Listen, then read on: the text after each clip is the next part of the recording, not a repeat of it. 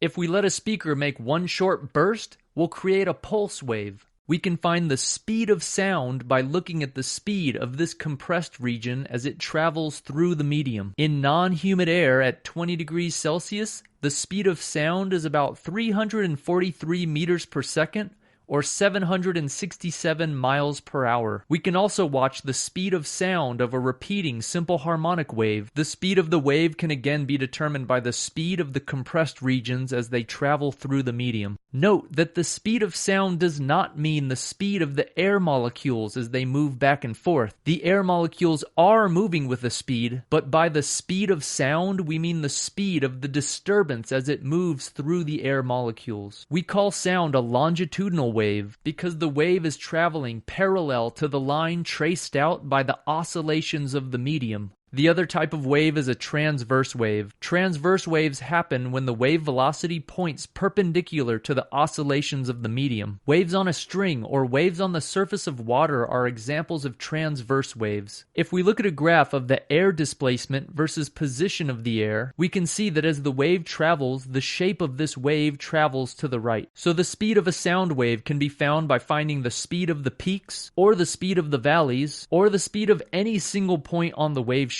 To figure out a formula for the velocity of a sound wave, let's look closely at what's happening here. Watch one of the air molecules. It takes one period for this molecule to move back and forth through a full cycle. During this time, the wave shape has moved forward one complete wavelength. This is because the wave has to overlap with its initial shape after one period, because the molecule has to be back where it started after one period. Now, since speed is defined to be the distance per time, the speed of a sound wave has to be the wavelength of the wave divided by the period of the wave, since the wave is traveling forwards one wavelength per period. Or, since the frequency is defined to be 1 over the period, we can rewrite this formula as speed equals wavelength times frequency. This formula is accurate for all kinds of waves, not just sound waves, because a wave has to move one wavelength for every period. Be careful. When looking at this equation, you might think that if you adjust the setting on your speaker and increase the frequency, you'd also be increasing the speed of the sound wave. But that's not what happens. If you increase the frequency,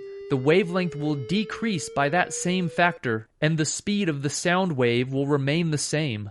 In fact, there's nothing you can do to the speaker that would increase the speed of sound. So how can we change the speed of sound? Well, the only way to change the speed of sound is to change the medium or the properties of the medium that the sound wave is traveling in. So to change the speed of sound in air, you can change things like the temperature of the air or the humidity of the air or the density of the air. Or you can swap out the air entirely for another material like water or helium or a metal. All of these changes to the medium would affect the speed of sound. People often think that changing the amplitude will change the speed of a sound wave, but it won't. If we create a sound pulse with a large amplitude, it won't travel any faster than a sound pulse with a small amplitude in the same medium. It will just be louder. In other words, yelling won't cause anyone to hear you faster. They'll just hear a louder sound when the sound wave arrives at their location. So remember, the speed of a sound wave is determined entirely by the properties of the medium through which it's traveling.